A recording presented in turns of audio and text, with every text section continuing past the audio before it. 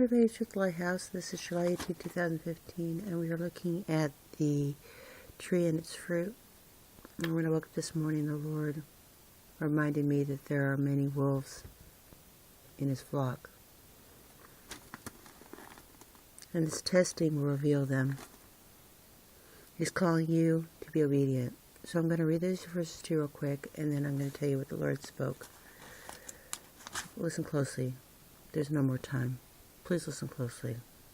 Be obedient and serve the Lord. No good tree bears bad fruit, nor does a bad tree bear good fruit. Each tree is recognized by its own fruit. People do not pick figs from thorn bushes or grapes from burrs. The good man brings good things out of the good stored up in his heart. The evil man brings evil things out of the evil stored up in his heart. For out of the overflow of the heart, his mouth speaks. Ye have ears, hear what the Spirit says to the churches. I am coming soon. My sheep hear my voice and obey. It is not the proud and the boisterous which receive blessings, but the meek and the humble of heart. Your heart must belong to your Creator.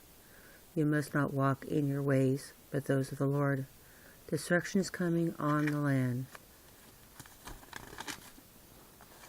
Do not persist in living as ones free to do sin. These sins weigh you down and bring only death. Turn now, time is up. I am sending the destroyer to remove the ungodly servants, and only my obedient will remain in the chaos. I know it's been understood by the body that the obedient, we're going to be raptured out of here before destruction comes, but I do know, and I'm going to find it here. God didn't take it to me this morning, but there is a word that says He'll take out the disobedient first. The church is under testing right now because the multitudes are not with Christ. And yes, as I have said time and time again, there is a dream of shame that I have that God proclaimed the multitudes will perish because they were obedient to God. I'm going to say something really quick. Personal note.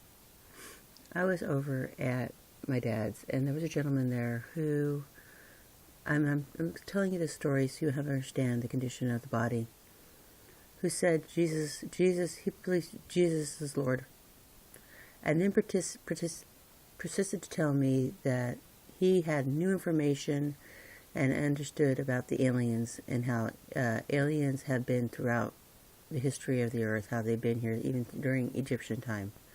But it doesn't affect his service to God. Or that's not what he said. He said it doesn't affect knowing Jesus is Lord. That's what he said. That, my friend, is not a sheep. That's a goat. That guy does not have the heart of Christ.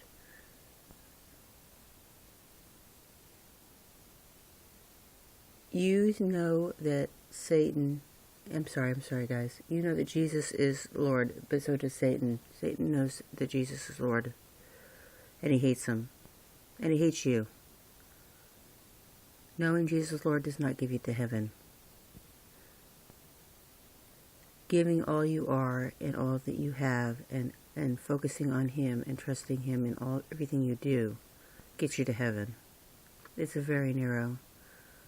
I'm just sensing the Lord just wants me to just cry out to you people. You know, the church doesn't get you to heaven. The religion doesn't get you to heaven. Saying Jesus is Lord doesn't get you to heaven. It's called lip service. You have to, in your heart, give your heart to Him. You have to remove all iniquity from your heart. For right here it says, for out of the overflow of his heart, his mouth speaks. As tribulation comes forth and people are in distress, you're going to see a lot more of this outflow from those who say they're Christians coming. That will not be pretty. It will be very evil. You who are obedient, meek, and obedient and at peace, love them in that place. Be loving to them. Keep being the Lord's love to those who are in disobedience, because watching your behavior will help them heal. This is the one thing that keeps coming to me. Those people who are in the body that are not of the Lord's will not see another day. He really is going to destroy them and throw them into the fire. My heart is burdened for the disobedient to the point where I just don't, I keep hearing sackcloth and ashes. I'm just heartbroken for these people who thought sitting in a pew was what they needed to do. Or reading the Bible was all they needed to do. This is not good. We need to really unite now. The bride needs to unite now and cover these souls, because we need to bring forth what God has proclaimed to us. Unity in the body. And the bride must be awake. Trust Jesus and live. Shalom.